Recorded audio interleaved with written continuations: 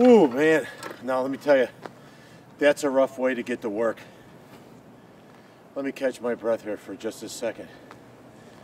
The snowstorm, 2011, February 2011, outside the Mikey Bike Hot Rod garage.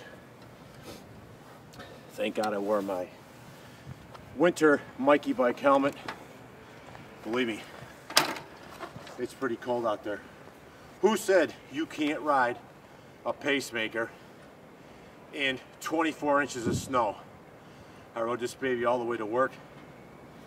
We ended up selling this bike, so we're getting ready to ship it, showing the owner that this bike is powerful. You know, first year for Pacemaker, you gotta love it. Well, we didn't make it inside the Mikey Bike garage, but we made it outside. As you can see, it's crazy out here in Chicago today.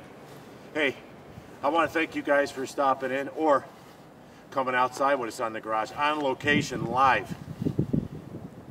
I want to thank you guys again for watching my video. Hey, Preach, thanks for striping the helmet. I'm Mikey Bike. I'm out.